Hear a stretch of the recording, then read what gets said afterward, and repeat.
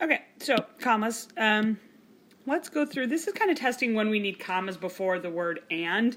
And when we're separating two things, when we put commas before the word and, it's if you have an independent clause in front and then, like, so in independent clause here, right? So this and in front turns this whole thing into a dependent clause, but if I want to know if I can should put a comma before the word and, I ask myself if this, what's after the and, would stand on its own as a sentence.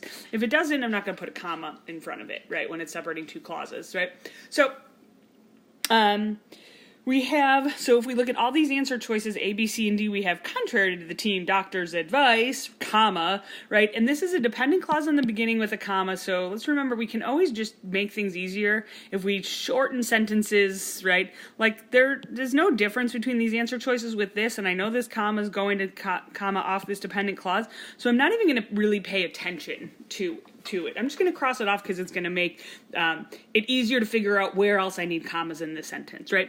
So answer choice A is Martin dressed for the game and played most of the second half. So let's check if I would need a comma after this, right? So if you look at answer choice B, it has the comma and A does not, right? So let's ask ourselves, is played most of the second half? Is that an independent clause or a sentence? It is not, so B is wrong.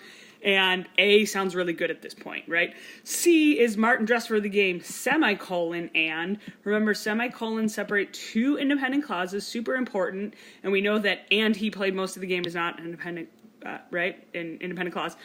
D is Martin dressed for the game and he played most of the second half. So this one, he played most of the second half, right? This one, now that I have the word he, this is an independent clause, and this would be one where I would need a comma, but there is not one there. So D is wrong, and we're left with answer choice A.